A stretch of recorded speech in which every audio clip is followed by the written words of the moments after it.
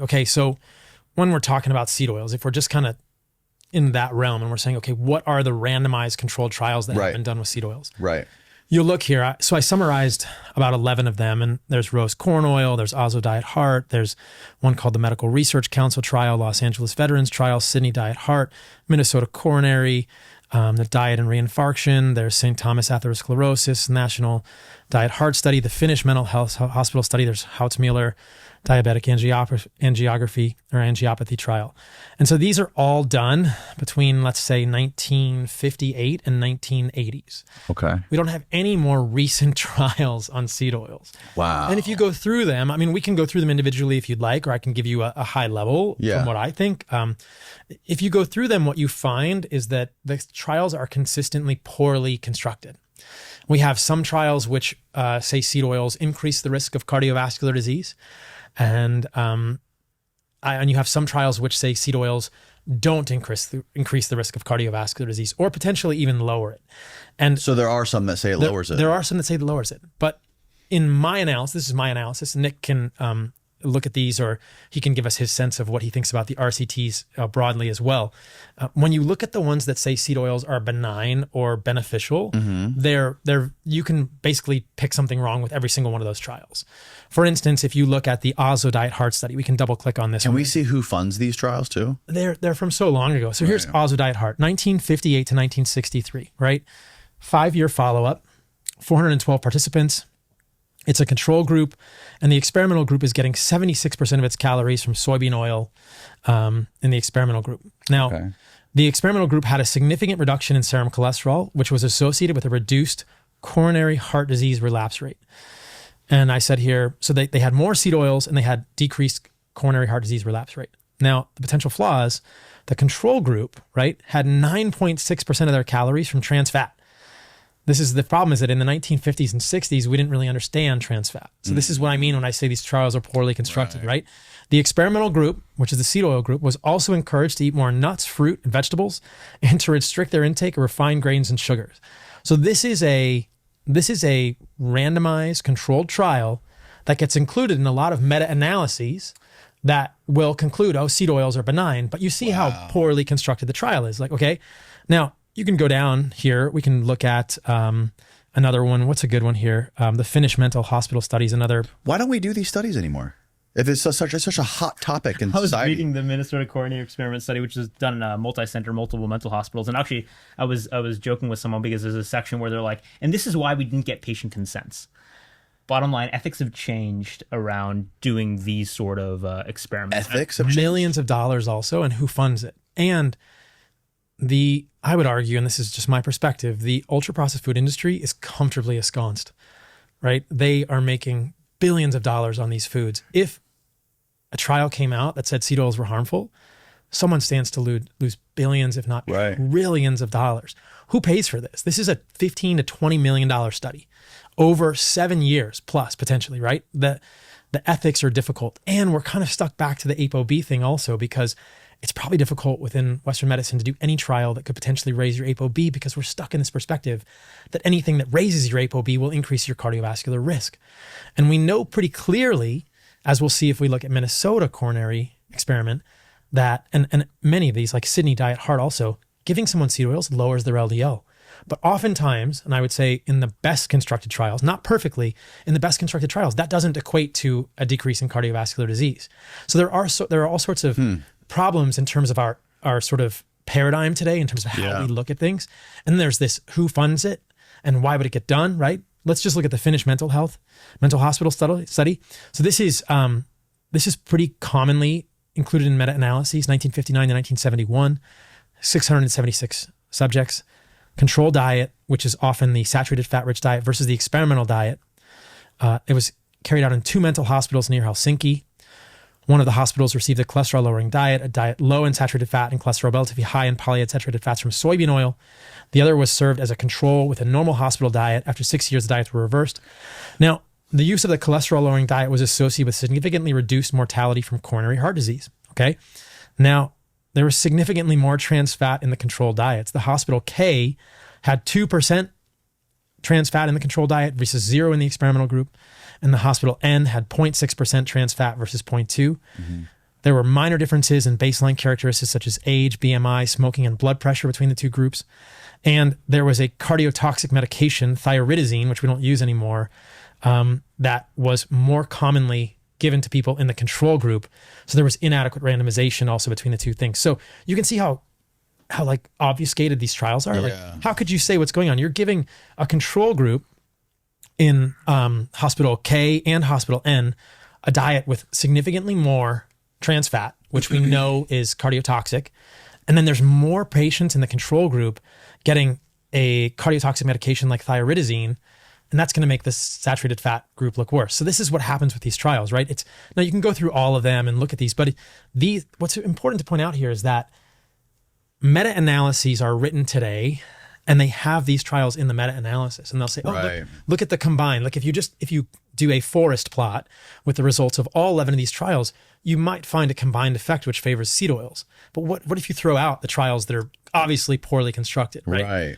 So then you have the foundation of all the new stuff we come up with. It's these poorly done studies. Yes, these poorly done studies, which will probably never be repeated. That's crazy. So it's man. we end up in this situation where we almost have to look at mechanisms because the randomized controlled trials, and then, you can look at stuff like, we can look at And who was the guy Huberman was talking about? There's some guy at Stanford, a brain surgeon or something, who said, and Huberman said this, he said that this guy from Stanford, this brain guy, said like 60 to 80% of all the medical literature is either incorrect or outdated.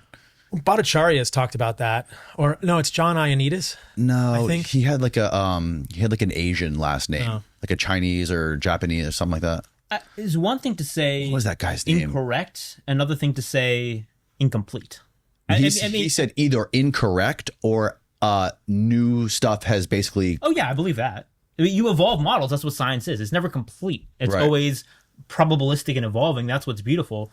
I do want to get back into mechanism, but I think something to highlight, there is no perfect study. So you can always poke holes in a study. I think one that would be good to talk about that I actually think is on balance a pretty decent study that has gotten some heat is the Minnesota coronary experiment, if we're going to delve into one. We can talk about it. So, just to kind of give a high level breakdown of this, there were patients kept at mental hospitals and I think one nursing home, and they were given a diet that was either very elevated in linoleic acid. I think it was close to 14% of kcals from linoleic acid. Like 18 to 20.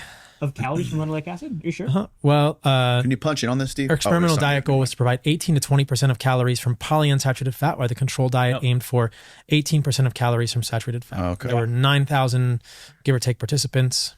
I think it ended up being like 13 point. I actually have a primary paper up here. Something like 13 point. Anyway, that aside, there was a larger. 1 minute. 13.2% of calories versus 4.7. So there was a randomized controlled trial. In this case, it was actually double-blinded, supposedly, where there was a group that was given more linoleic acid in the form of corn oil versus a group that got a higher saturated fat diet relatively. Right. And then the results were a massive drop in LDL in the corn oil group. Right. But trending towards worse mortality, so more deaths. And more cardiovascular disease, including on autopsy. So they had autopsies of these people. Especially in the older age groups, over 65. It appeared to be the case. The fact is a lot of the data weren't available. They were like in the basement on like 9-track tapes, and they had to be recovered. There's a crazy story about this one. Yeah, Malcolm Gladwell, you should have posted it. Malcolm Gladwell did a podcast about this on his revisionist history called The Basement Tapes. Mm-hmm. The history of this is that Ansel Keys, who is a kind of an infamous researcher. Yeah. I didn't mean to interrupt you, Nick, but I'll just add this and then I'll let you run with it again. Infamous researcher in the 1950s and 1960s was one of the primary authors of this paper. And he and the main author did not publish the results for many, many years. And then Chris Ramsden, who's done a lot of interesting work in this space that we can talk about, some other stuff that he's done, actually found the information in one of these primary authors' basements and redid the analysis many years later. 16 years later, I think. So Ansel Keys. And that's this stuff? That's this study. Oh, wow. Yeah. So it wasn't originally published. Ansel Keys obviously was in favor of the hypothesis that polyunsaturated fats were good for humans. He was kind of the beginning of this diet heart hypothesis, and this didn't fit his results. So it's possible that he wasn't happy about this. Who knows? Whoa. Or they just got lost. So I again come back to, it's interesting framing. Is it possibly suppressed? Maybe. I don't even know that that's a functional way to look at it. Who knows? So we can talk a little bit more about the study and the criticisms of it. Steve, can you go copy the PubMed ID in Paul's tweet and then go to figure 6 in the paper? It's going to become relevant in a second. But high level, the criticisms as I understand them, because again, there is no perfect study. It's been being talked about recently because I think Mark Hyman did a pretty viral reel on it where, like you said, in the other trials, there was more trans fat in one group. It's being argued that the higher trans fat diet was the corn oil diet, and that accounted for the effect. And also about 3/4 of the patients dropped out of the trial. It's complicated. My 2 cents on this is, okay, first of all, I don't know how much the trans fat difference between the groups actually was, if at all. It's interesting. Ramsden and I'll actually talk about this in the paper. They talk about how Ansel Keys' new trans fats elevated saturated fat, so would have designed the diet in such a way. They elevated LDL. Trans fats elevated LDL. Elevated LDL, so it would have been designed in a way to potentially minimize the trans fats. It's all speculative as to whether there was actually a difference in trans fats and what that difference would be. Mm-hmm. Now, even if there was a difference, I really find it unlikely that it drove. You might go to my screen, Steve. Oh, yeah. I have that. And you want figure... I was going to show 6 in the panel on the bottom left. You'll know what I mean when I say it. Show it. I don't think that the trans fat difference, even if it exists, would drive the full effect. It's possible. Figure 5 or figure 6? 6. Okay. And then the other thing with the attrition, because this keeps on coming up, it's very easy to try to discredit studies like this by saying, oh, they lost 75% of their participants. But when you think about how it was constructed, the only way you get this sort of control is like hospitalized patients. And guess what? Patients get discharged. So they selected to do the analysis on patients who had been in the study over a year, and 3/4 or more or less got discharged from the hospital. Mm-hmm. But there's no reason, and I was talking with another scientist about this study, and I was making the point, like, do you have any reason to believe that would actually bias the results? They still had over 2,000 people. Yes, the N value decreased, but I don't see any reason why the attrition would lead to bias. So I don't think that can account for the findings. So how do you account for findings like, are we seeing Paul's screen? If you go down to the, scroll down a tiny bit, Paul, like the bottom left, you can read the caption, death from any cause and change in cholesterol in the cohorts receiving the diets for 1 year or more. And what do you see? Like, there's actually a pretty clear dose response from cholesterol lowering and probability of death. That's what it's saying. The more right to you go, the lower the cholesterol drops as a result of the intervention, and the higher the probability of death. The lower the cholesterol goes, the more people die. And again, it's really important to be clear about what claims I am making and what claims I'm rebutting or not making. So I'm not saying omega-6 linoleic acid kills. I'm not making that claim. What I'm saying, and actually if you read the Ramsden paper, they more or less make this point, is this is highly inconsistent with the current diet heart hypothesis, and that we need to be more humble about our knowledge based on the evidence and not make sweeping recommendations like chop saturated fat, increase unsaturated fat, and LDL is bad, and if you lower it, it's good. It's, again, the idea of the myopic focus on LDL. Yeah. It's rebutting a claim, not necessarily making the extreme opposite claim. And I think that's super important.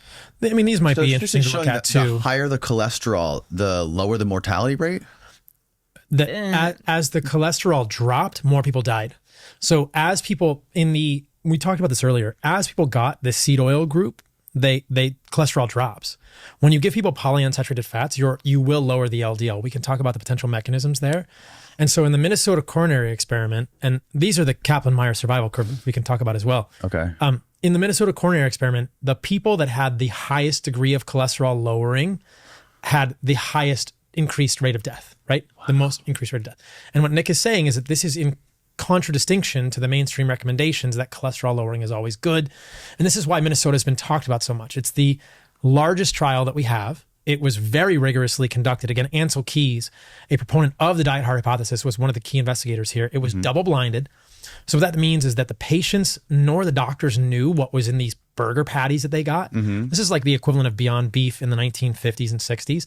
Some people got burger patties that were enriched in corn oil, and some people got burger patties that were enriched in other saturated fat-rich margarines. As Nick has pointed out, both groups probably got trans fats. And one of the criticisms of this study has been, well, did the experimental group get more trans fats? And then, as Nick and I believe, are both arguing, what we know about trans fat is they raise LDL, right? And in the experimental group, the LDL tended to go down. Right. So if the amount of trans fat in the experimental group were significant enough to skew the results, then why did the LDL go down so much in the experimental group? And why was it that the more the LDL went down, the higher there was the incidence of death, right? So you're having worse outcomes. Essentially, like, it's trending toward worse outcomes when you give people more seed oils potentially, which is different than what the experimenters expected. Yeah, I think it's just a matter of even if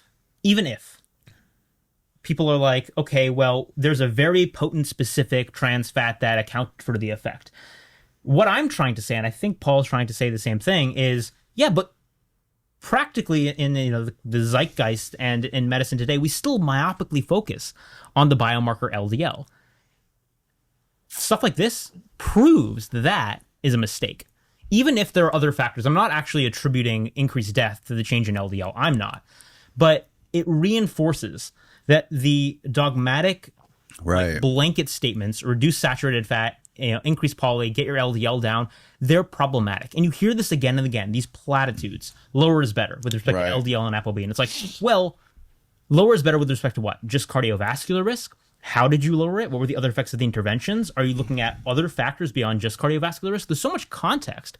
And the reason people get pissed off is because even if you can't understand all the nuances of delta 6 desaturase, 12-13 dihomey, yada, yada, yada, people can tell when they're being patronized too. And I think what modern medicine has a problem with now is dumbing it down way too far. Right. And speaking down to people like, oh, lower is better. Don't worry about the details. We got that. And then we just end up speaking past each other. So it's important to entertain studies like this because they do have relevance to what recommendations we make. And I want to tap upon Harvard School of Public Health did a rebuttal to it. Actually, one of the people said in the rebuttal is someone I'm quite close with and think on balance highly of. But they call the study an interesting historical footnote that has no relevance to current dietary recommendations. There's some interesting patterns in this rebuttal. I can send it to you. We can link it in the notes. But a few interesting things that I want to point out. Dietary recommendations. It says no relevance. Whose dietary recommendations? It says no relevance. But the way they go about rebutting it, again, is like, it's interesting to see how when contradictory evidence comes up, people tend to divert. So they talk about, oh, well, omega-3s are important. I'm like, well, yeah, but I don't think that changed much from the study. And that's kind of like off point anyway. Or, and this was funny, I'm trying to find the exact line. Basically, they say, well, in this study where people were eating 13.8% linoleic acid, here. The diet used in the Minnesota coronary experiment was never consumed by any appreciable number of Americans, and the level of linoleic acid was well above the range recommended by the American Heart Association or any other group. So it sounds, when you read that, like a concession that too much linoleic acid could be bad, but it's a diversion. And what the words actually mean is there is an RDA, or like a target. So say like for vitamin D, I think it's 800 international units, which you want to go that or above.